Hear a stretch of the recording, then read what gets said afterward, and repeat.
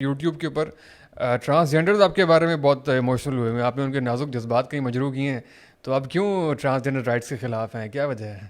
نہیں, transgender rights کا تو میں دائی ہوں. جو حقیقی ٹرانسجینڈر ہیں ان کے رائٹس کا تو میں دائی ہوں, بلکہ میں بحیثیت امیر صوبہ جب میں تھا خیبر پختونخوا کے اندر تو ہم اس آئیڈیا پہ کام کر رہے تھے, اور اب اس آئیڈیا پہ بھی ابھی بھی کام جاری ہے کہ جو ٹرانسجینڈر ہیں ان کے لیے ایک state of the art institution ایسا بنایا جائے کہ وہ بھیک نہ مانگے, وہ گلیوں اور چوکوں اور چوراہوں میں نہ پھریں, وہ ہنر سیکھیں, اسکل سیکھیں, اور ان کو ایک معاشی خود مختاری دی جائے, اپنے پاؤں پہ کھڑا کیا جائے, اور ان کو معاشرے میں باعزت مقام دیا جائے. تو میں تو یہ کہتا ہوں کہ یہ اللہ کی مخلوق ہے, ذی روح ہے, محترم ہیں, ان کی سبکی نہیں ہونی چاہیے, ان کی توہین نہیں ہونی چاہیے, ان کو عزت دو, ان کو احترام دو, ان کو توقیر دو, ان کے حقوق کا تحفظ کرو.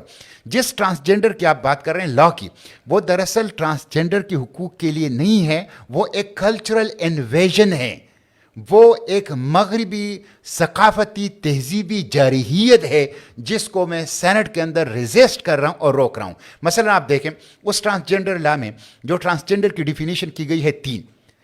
پہلی ڈیفینیشن یہ ہے کہ ایک وہ بندہ ٹرانسجینڈر ہے جس کے اعضاء کے اندر ابہام ہے, یہ ٹھیک ہے, یہ ایک ٹرانسجینڈر ہے.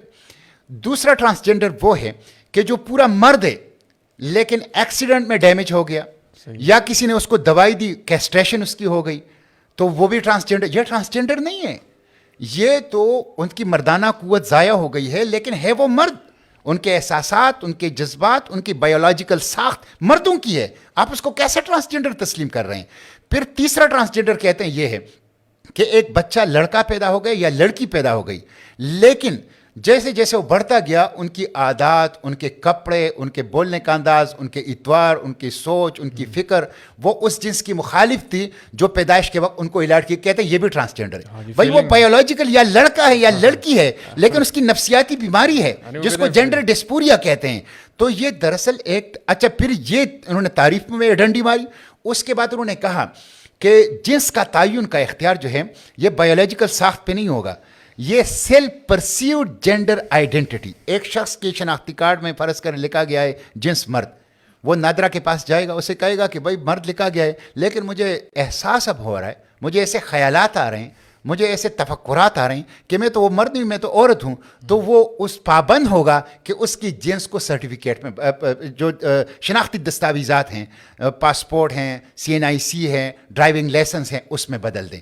تو یہ سیلف پرسیوڈ جینڈر آئیڈینٹی یہ کہیں بھی نہیں ہے, یہ کہیں بھی نہیں ہے. پھر میں نے اس میں یہ ترمیم کی کہ میں نے جو ڈیفینیشن نمبر 1 تھا کہ ان کے اعضاء میں ابہام ہے اس کو رہنے دیا, یہ ٹھیک ہے, صحیح ہے. یہ ٹرانسجینڈر ہے, اس کو ٹرانسجینڈر کے بجائے انٹرسیکس کہنا چاہیے. بہتر لفظ جو ہے اس کے لیے انٹرسیکس ہے. ٹرانس کا مطلب یہ ہے کہ وہ ابھی اپنے تعین ہی نہیں کر سکے. تو ایک تو میں نے اس کو رہنے دیا, باقی 2 کو میں نے امیٹ کر دیا ہے. 2 کو میں نے امیٹ کر دیا. میں نے کہا یہ دوسرے نمبر کی ڈیفینیشن تو مرد ہے لیکن حادثے میں ڈیمیج ہو گیا, ایکسیپٹ ہوئی ہے وہ آپ کی امینڈمنٹ ابھی پروسیس میں. اور پھر میں نے سیلف پرسیوڈ جینڈر آئیڈینٹی کے بجائے میں نے یہ کہا کہ آپ میڈیکل بورڈ تشکیل دیں. ایک شخص اپنی جنس اپنی قومی دستاویزات میں تبدیل کرنا چاہتا ہے, وہ ایک میڈیکل بورڈ کے سامنے پیش ہو.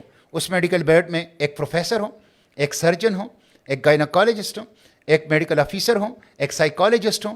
وہ یہ فیصلہ کرے کہ یہ جو دعویٰ کر رہا ہے یہ ٹھیک ہے یا ٹھیک نہیں ہے. اس لیے کہ بہت اہم مسئلہ ہے, اس میں آپ کا قانونی وراثت انوالو ہے. قانونی وراثت, ایک شخص عورت ہے اور وہ مرد بن جاتا ہے تو اس کی وراثت میں 2 حصے ہو جائیں گے.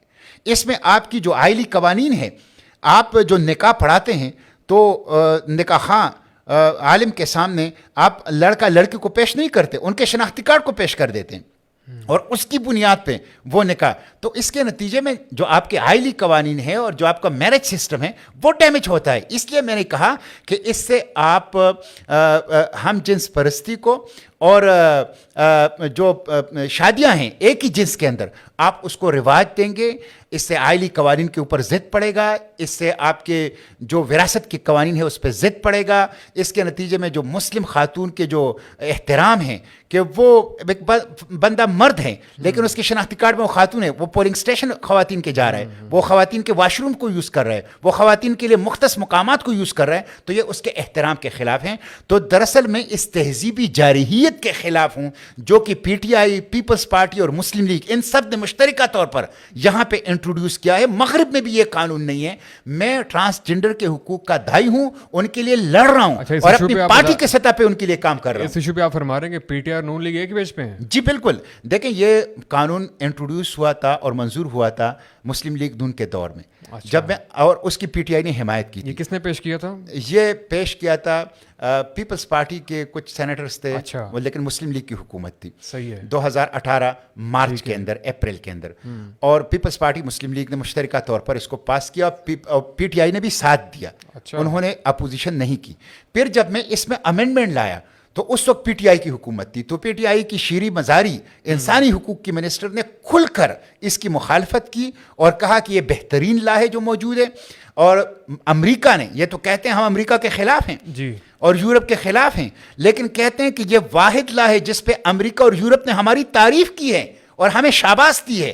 اس لیے سینیٹر مشتاق کی جو ترامیم ہیں ہم اس کو اپوز کرتے ہیں. تو انہوں نے اس کی حمایت بھی کی تھی اور پھر اس کا تحفظ بھی کر رہے تھے.